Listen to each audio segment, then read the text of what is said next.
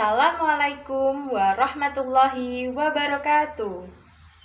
Apa kabar kalian hari ini? Semoga kalian baik-baik saja ya. Di masa pandemi seperti ini, jangan lupa sering-sering cuci tangan dan menggunakan masker. Hari ini kita akan mempelajari tentang pergerakan nasional. Sebelum memulai pelajaran hari ini, alangkah baiknya kita berdoa menurut kepercayaan dan agama masing-masing. Berdoa dimulai. Berdoa selesai. Kita lanjutkan pelajaran hari ini ya. Hari ini kita akan membahas tentang pergerakan nasional. Pergerakan nasional di sini dibagi dalam dua subbab. Yang pertama adalah faktor lahirnya pergerakan nasional Indonesia dan juga organisasi pada masa pergerakan nasional. Faktor pendorong lahirnya pergerakan nasional Indonesia ini ada dua faktor. Yang pertama adalah faktor internal, yang kedua adalah faktor eksternal. Sedangkan untuk organisasi pada masa pergerakan nasional dibagi dalam 3 masa. Yang pertama adalah masa pembentukan. Yang kedua, masa radikal atau non-kooperasi. Dan yang ketiga adalah masa moderat. Anak-anak, apa kalian mengetahui apa itu pergerakan nasional? Ya, pergerakan nasional adalah masa di mana bangkitnya rasa dan semangat persatuan, kesatuan, dan nasionalisme, serta kesadaran untuk memperjuangkan kemerdekaan Republik Indonesia. Setelah mengetahui pengertian dari pergerakan nasional, kita akan mempelajari tentang faktor pendorong lahirnya pergerakan nasional. Ada 4 faktor internal yang menjadi faktor pendorong lahirnya pergerakan nasional di Indonesia. Yang pertama adalah kejayaan Indonesia sebelum kedatangan bangsa Barat. Yang kedua adalah penderitaan rakyat akibat politik drainase. Ada yang tahu politik drainase itu apa? Politik drainase adalah sebuah politik yang diterapkan oleh kolonial Belanda untuk melakukan pengerukan atau pengambilan kekayaan yang ada di Indonesia. Faktor internal yang ketiga adalah adanya diskriminasi rasial. Dan yang keempat adalah munculnya golongan terpelajar. Faktor yang selanjutnya adalah faktor eksternal atau faktor dari luar. Di faktor eksternal ini ada 3 faktor yang melatar belakangi lahirnya pergerakan nasional di Indonesia. Yang pertama adalah adanya kemenangan Jepang atas Rusia pada tahun 1905. Yang kedua adalah timbulnya paham-paham baru di Eropa dan Amerika yang masuk ke Indonesia.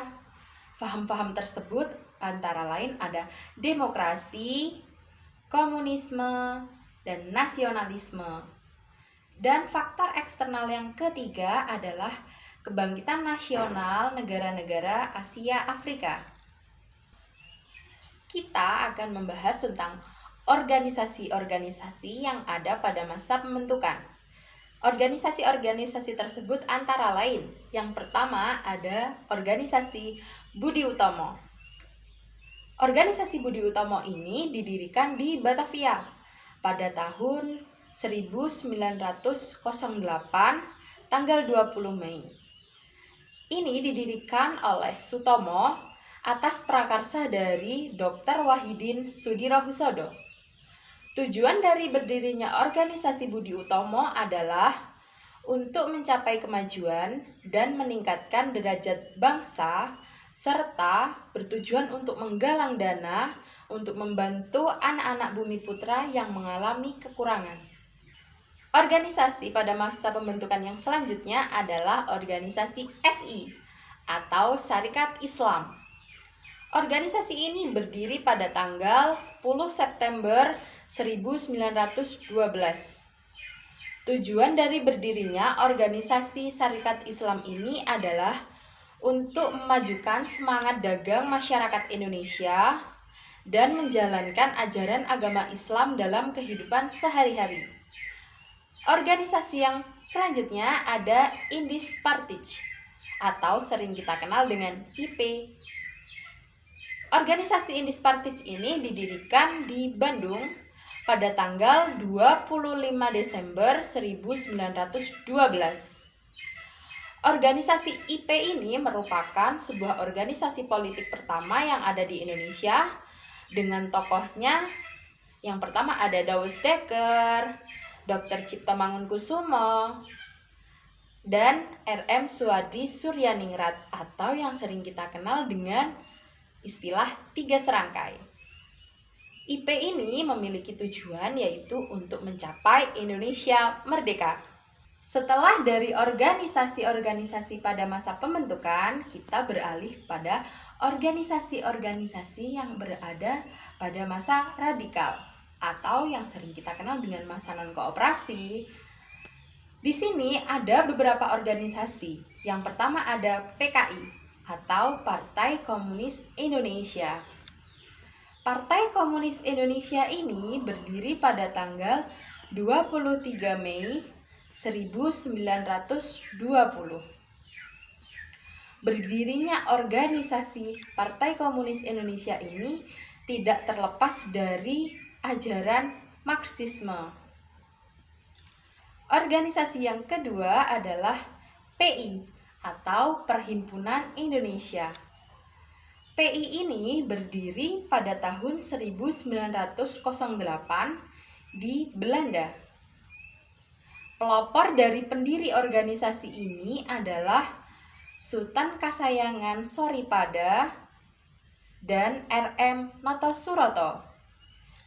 Tujuan dari berdirinya organisasi Perhimpunan Indonesia ini adalah untuk menuju Indonesia merdeka atau memperoleh suatu pemerintahan Indonesia yang bertanggung jawab kepada setiap rakyatnya. Organisasi pada masa radikal yang selanjutnya adalah PNI atau Partai Nasional Indonesia. Partai Nasional Indonesia ini lahir di Bandung pada tanggal 4 Juli 1927 yang dihadiri oleh Insinyur Soekarno, Dr. Cipto Mangunkusumo, Suyadi, Ishak, Mr. Budiarto, Tilar, dan MR Sunaryo. Tujuan dari berdirinya organisasi PNI ini adalah mencapai Indonesia merdeka. Setelah dari organisasi pada masa radikal atau non-kooperasi, kita berlanjut ke organisasi moderat atau organisasi pada masa kooperasi. Pada masa ini berdiri beberapa organisasi. Yang pertama ada organisasi Parindra atau Partai Indonesia Raya. Parindra ini adalah suatu partai politik yang berdasarkan nasionalisme Indonesia dan menyatakan tujuannya adalah Indonesia mulia dan sempurna. Tokoh dari Parindra ini adalah Sutomo, Bardanadi, Panji Suroso, dan lain-lain. Organisasi selanjutnya adalah GAPI atau Gabungan Politik Indonesia. GAPI ini didirikan pada tanggal 21 Mei 1939 atas prakarsa dari Parindra di Jakarta. Pendiri dari organisasi ini adalah Muhammad Husni Tamrin. Tujuan dari berdirinya organisasi GAPI adalah untuk menuntut pemerintah Belanda agar Indonesia ini memiliki sebuah parlemen tersendiri. Organisasi yang selanjutnya adalah sebuah organisasi yang bergerak pada bidang keagamaan. Di antara lain yang pertama ada organisasi Muhammadiyah. Organisasi Muhammadiyah ini berdiri pada tanggal 18 November 1912, didirikan oleh Ahmad Dahlan. Organisasi yang selanjutnya adalah organisasi NU atau Nahdlatul Ulama. Organisasi NU ini didirikan pada tanggal 31 Januari 1926 di Surabaya, dengan tokohnya adalah Kiai Haji Wahab dan Kiai Haji Hasyim Asy'ari. Organisasi yang selanjutnya adalah MIAI atau Majelis Islam A'la Indonesia, yang didirikan di Surabaya pada September 1937 oleh Kiai Haji Mas Mansyur. Organisasi keagamaan yang selanjutnya adalah organisasi PERSIS atau Persatuan Islam.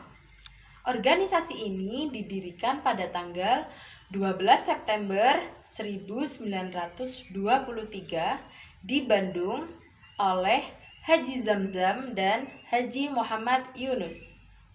Organisasi keagamaan yang terakhir ada organisasi Al-Irsyad.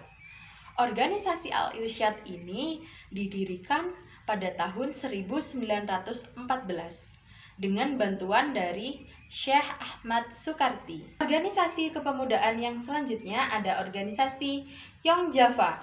Organisasi Young Java ini didirikan oleh Satiman Wiryo Sanjoyo di Gedung Stovia pada tanggal 7 Maret 1915 dengan nama awal adalah Trikoro Darmo. Organisasi yang selanjutnya adalah Young Sumantranen Bond. Organisasi ini berdiri pada tanggal 2 Desember 1917 di Jakarta. Yang selanjutnya ada Perhimpunan Pelajar-Pelajar Indonesia. Didirikan pada tahun 1925, diresmikan pada tahun 1926. Organisasi ini berkecimpung di dalam dunia politik. Setelah adanya organisasi-organisasi kepemudaan tadi, ada juga organisasi wanita. Organisasi wanita di sini ada beberapa. Yang pertama yaitu Putri Mardika. Organisasi ini merupakan organisasi perempuan tertua, bagian dari organisasi Budi Utomo. Dan dari berdirinya organisasi Putri Mardika ini adalah memberikan bantuan, bimbingan, dan penerangan kepada perempuan pribumi dalam menuntut pelajaran serta menyatakan pendapat di muka umum. Organisasi yang selanjutnya adalah Kartini Fonds. Kartini Fonds ini didirikan oleh Nyonya Van de Venter, dan salah satu usaha dari organisasi ini adalah mendirikan sekolah. Sekolahnya antara lain ada di Jakarta, Bogor, Madiun, Malang, Pekalongan, Surabaya, dan Rembang. Organisasi yang selanjutnya ada Kautaman Istri. Organisasi ini didirikan di Bandung pada tahun 1941 oleh Dewi Sartika. Yang selanjutnya ada organisasi Kerajinan Amal Setia atau yang sering kita singkat dengan KAS. Organisasi ini didirikan di Kota Gadang, Sumatera Barat oleh Rohaya Kudus pada tahun 1914. Organisasi wanita yang terakhir ada Aisyah. Organisasi ini didirikan pada tanggal 22 April 1917 dan merupakan bagian dari organisasi Muhammadiyah. Pendiri dari organisasi Aisyah ini adalah Siti Walidah. Demikianlah pembelajaran sejarah kita hari ini. Kita hari ini mempelajari dua subbab bahasan. Yang pertama ada faktor pendorong lahirnya pergerakan nasional di Indonesia, dan yang kedua adalah organisasi pada masa pergerakan nasional. Ibu harap kalian dapat memahami materi apa yang Ibu sampaikan hari ini. Dan tetap jaga kesehatan, jangan lupa cuci tangan dan gunakan masker. Kurang lebihnya Ibu mohon maaf apabila ada salah-salah kata dan perbuatan. Wabillahi taufik wal hidayah. Wassalamualaikum warahmatullahi wabarakatuh.